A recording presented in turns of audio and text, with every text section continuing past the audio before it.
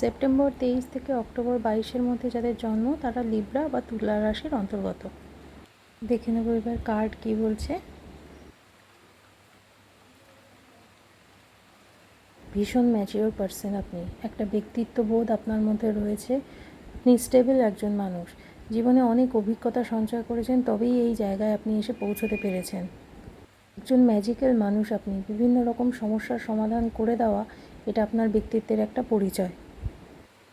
Second card বলছে ফ্যামিলিতে একটা গেট টুগেদার হওয়ার চান্স আছে, মানে সেলিব্রেশন হবে কোনো রকম। যদি যারা অবিবাহিত থাকেন তাদের একটা বিবাহের যোগ আছে।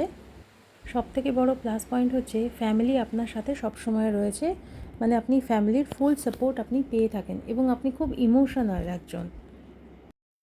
এই মাসটায় ফাইন্যান্সিয়ালি আপনার কোনো প্রবলেম হবে না, কারণ লাস্টে 4 অফ পেন্টাকেলসের কার্ড এসছে। আপনি নতুন বাড়ি কিংবা ফ্ল্যাট এগুলো কিনতে পারেন, তবে অবশ্যই বাড়ির কিন্তু কারোর সাথে পরামর্শ করে তবেই এগোবেন।